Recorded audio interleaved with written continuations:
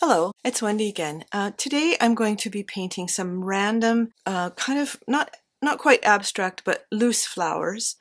And they're going to be all separate. And the purpose is that I can take them then, scan the paintings, and make all over patterns. So one of my goals is to get my artwork on more fabrics and decor items and things like that.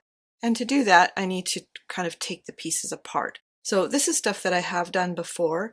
It's the kind of work and products that I've done before, and kind of back into it after a hiatus that was brought on by family necessity and all kinds of things, which I really won't go into. So I'm just going to start with some shapes, and I'm making these fairly large. I'm just putting some color in. And this is an old brush that I've had for a long time. It's a natural bristle brush. Just bring some water in around the edge here. And because these are sort of semi-abstract, I'm not really very concerned about how perfectly flower-like they look, because one of the most beautiful things about watercolor is the watery effects that you can get. So for example, I'm going to just leave that one alone right now, and without cleaning out the paint out of my brush, I'm just going to move this so that you can see where my water is. Well, it's right there. I have another pot of water that I use to clean the brush, but if I just need to pick up water, I just pick it up here. So I'm going to just leave that pink in there, and let me move this over just slightly there. And then just carry on with some abstract sort of shapes. Like I said, not really abstract, more just loose. And then, again, without taking the paint out of it, I'm adding color into around the center here and just letting it bleed out. Now you can see where it makes watermarks here. Not a problem. You can see them here as well. It's actually one of the things I love about watercolor, that the wet comes up to a dry spot and stops, and then it makes a line, and it basically shouts watercolor. So that's pretty nice. And I'm going to pick up this red straight from the purple, so it mixes a little bit of that. So it's, even though it's a much more orange red, I'm not allowing it to be by adding the purple. And then I'm going to clean that water out of my brush and go back to the purple and add that in around the center.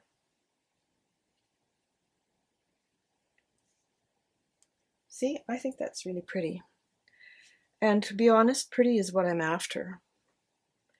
So I'm going to do, I'm trying to use as much of the paper as I can.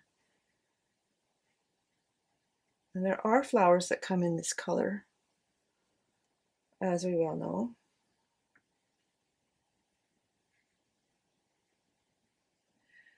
And let's just put a little bit more dark purple in there. See how that runs into it? And then it becomes just something beautiful. Now I have a color here. Which color is it? It's this pink. And it's a recent acquisition. Can you see that one? It's barely on the side here. It's called, I think it's called Brilliant Pink, but it's hardly brilliant at all. And I'm going to do another one of these kind of petally flowers of no particular species or distinction. And then I'm going to take a little bit of maybe this one. This is almost a neon pink, so I'm just pop that in the center and then let it dry. And let's try something in a little more definite color. This is Permanent Rose, which is one of my favorite colors. And let's do another sort of cup shape. This would be kind of like a peony. Just take some of the water out of my brush and let those edges smear a little bit. And then when it's dry, I can go back in and add a little more definition, which I plan to do.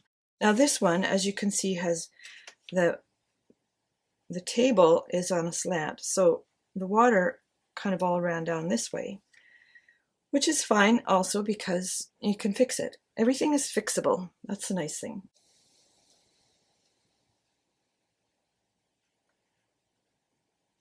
That one is pretty, but I'm going to do something a little bit unusual. You can tell if it's got a lot of water in it that it's going to bleed everything right out to the end. So I'm going to take this orange and just add a little bit of it in here and say, do I like it? As long as it doesn't, yeah, so it's just bleeding slowly outward because I lifted up my paper. If I hadn't, I'd get this effect where it's coming down to the end. Now what I can do with that one is take all the water out of my brush and the moisture, and I can just soak it up and then use that to sort of spread it around. Not really too worried about that. In fact, I think I'll just go pick up some more water, go back over here to this pink paint, and just paint in another layer. Because when you do that, you can actually get rid of those watermark lines. So if I were to say, well, gee, I really don't want those, I can just paint in on top of it, and the water in my brush will move them around. Now I'm going to leave that one alone for a while, because if I mess with it some more while it's wet, who knows what'll happen, and I don't want unforeseen things to happen. Let's do some yellow. Let's go with this yellow here, which is a mix of lemon yellow and deep cadmium.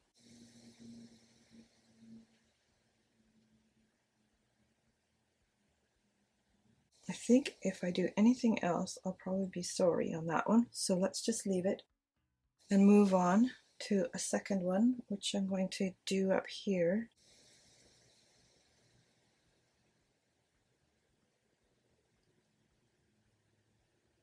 And again, let's just leave it alone. I'm kind of for a yellow rose, or maybe even a yellow orange kind of rose. Yeah, that'll be nice. Let's see.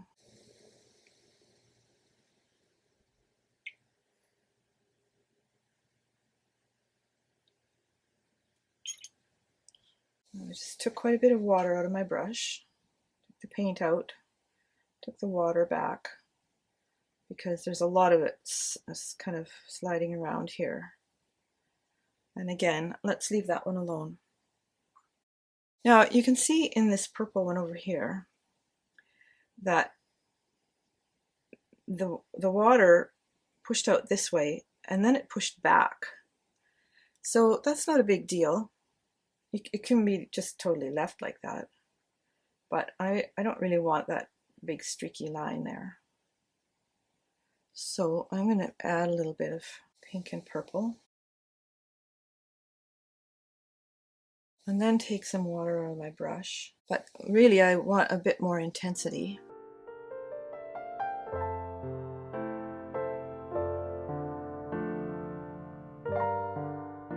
I don't want to work it too much because then it just looks kind of messy. Again, in here I got a bit of backwash. Not what I was looking for, but that's all right. Maybe I'm just out of practice making sloppy wet flowers. Okay, so that's still a little bit damp. I think I'll leave that. Now I want to also paint some leaves, and I'm going to use a smaller brush for that. This is a size 10, and it's a synthetic brush. I got a new color, which I'll show you. It's called Turquoise Green by Van Gogh. And I just squirted it all into this pan, and it's just barely getting a little skin on it. But this is the color it is. and I think it's absolutely dazzling. So I don't think I'll be using it because I want that to dry first. However, what I will be using is some of this. I want to do some leaves. So I'll start with this and then just add little pairs.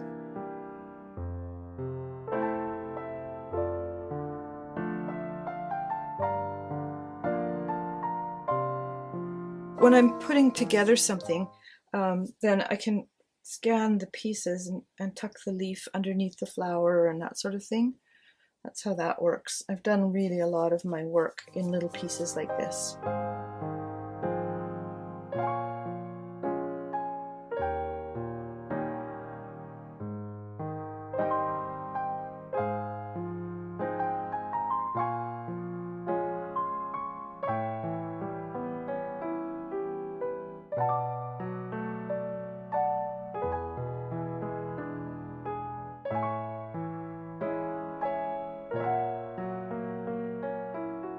I'm just going to turn this around and use some more of the space on it.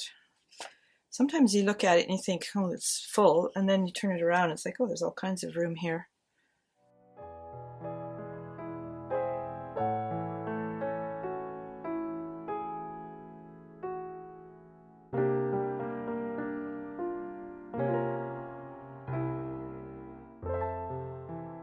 So we finally got sunshine here, kind of intermittently, but cold.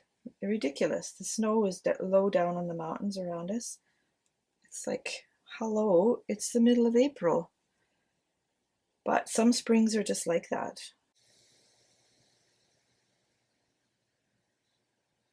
And sometimes you can wear your Easter finery, your new dress and your sandals and your bonnet and whatever. Other years, not so much. And this year, for goodness sake, they say the pollen count is ridiculously high, which I've noticed actually. I don't usually suffer from any kind of hay fever too much anymore. However, this year I have, and I have changes in the weather, or like sudden barometric pressure changes I notice in my nose and sinuses. However, evidently I'm not the only one, because we've had so many weather changes, it's just crazy.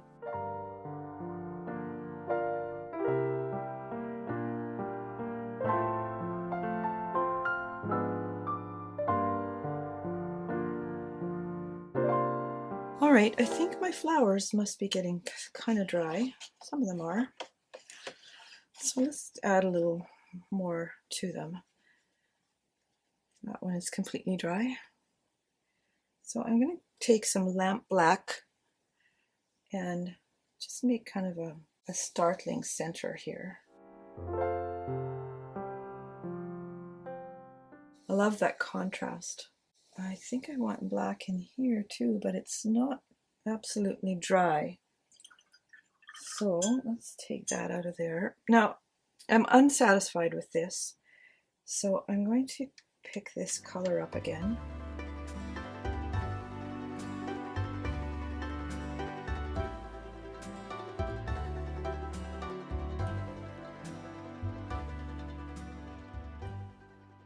So it's going to make just kind of a messy flower, and that's just what I want.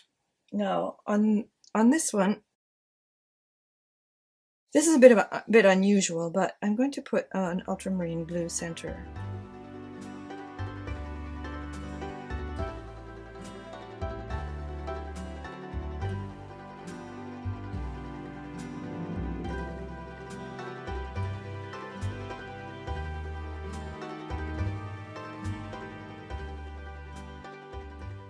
There, that's what I was after. You see what you can do? You just like, see, this one looks like a kind of a puddly mess. So let's see what we can do on that one. I've got ultramarine violet here. Let's just see, check what kind of purple that is. That's a very blue purple. And I've got permanent blue violet, which is more of a purpley purple. And then I've got one over here whose name I don't remember, which is a vibrant pink purple. So that's not what I want either. However, I would like to mix some of that in over here like that. And then I've got one here, which is, there's something to pick this up with. Here's another little Christmas tree. That's more of the color that I'm looking for. So I'm going to mix some of those together and just go back in here same way.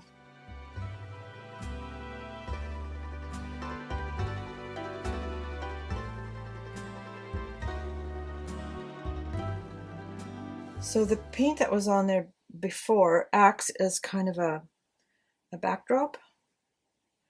And I'm just going to put, I don't want that dark purple, thank you very much. Now I'm going back into this one as well.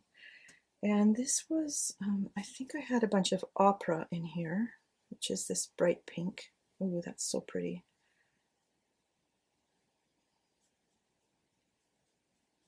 I just started reading this book called Joyful, which is about the kind of things in everyday life that give us joy. It's so lovely, really, to think about how, well, for one thing, how we minimize the importance of just having little things in our life that give us joy. So, for example, if fresh flowers bring you joy, do you talk yourself out of buying them because they seem frivolous or wasteful? And if that's the case, maybe we need to look at what the value is of something that doesn't have, you know, it doesn't have a dollar value in terms of what it adds to your life.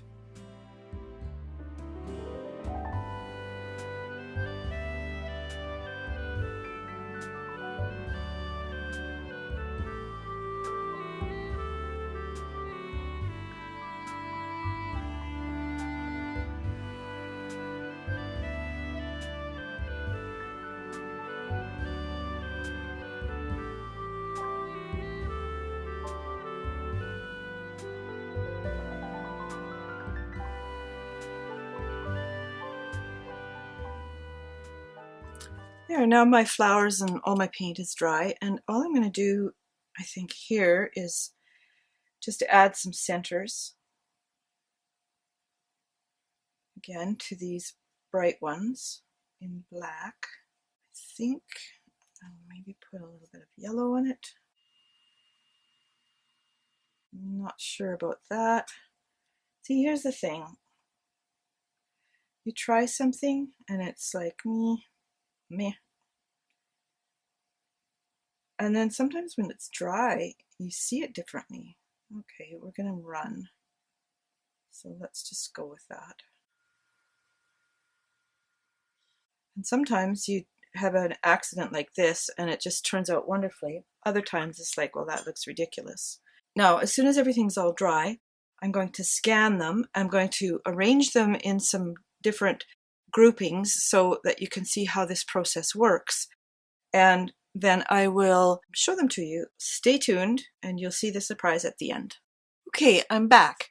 Now what I did is I took this piece and I scanned it and I saved it on a stick. I put it in my computer because my scanner doesn't work with my computer.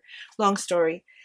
Anyway, and then I went into my graphics program and rearranged everything. And this is what I made. So this shows what you can do. It's simple, but it's not always easy. Now this piece will go in my shop at Summer Bay Studio. And I also have an Etsy shop, so you can go either way. I hope you like it. So that gives you an idea of a process for making art that you can use for all kinds of things. Now I could also put this on a t-shirt or on a tote bag or anything. Please subscribe to my channel and click the little bell so that you can be notified when I have a new video. And leave a comment. I'd like to hear what you have to say. And I'll see you next time.